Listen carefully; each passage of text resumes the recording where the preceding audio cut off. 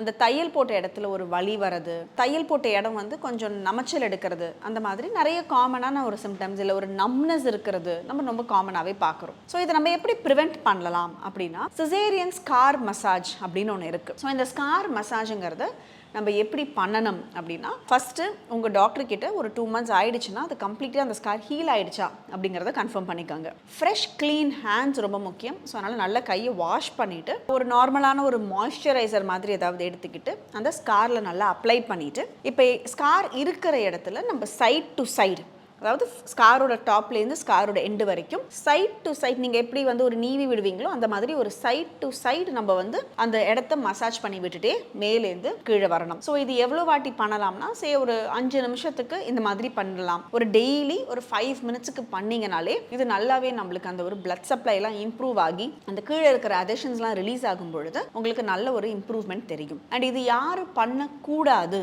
அப்படின்னா ரெட்டாக இருக்குது அந்த இடம், இல்லைனா அங்கே வந்து ஸ்கின் இன்னும் கம்ப்ளீட்டாக சேராம நம்மளுக்கு ஸ்கின் ஓப்பனா இருக்கு, இல்ல அங்கேருந்து ஏதாவது ஒரு தண்ணி மாதிரியோ ஒரு பஸ் மாதிரியோ ஏதாவது வைக்குது அப்படின்னா அவங்கெல்லாம் இந்த சிசேரியன் ஸ்கார் மசாஜை அவாய்ட் பண்றது ரொம்பவே முக்கியம்.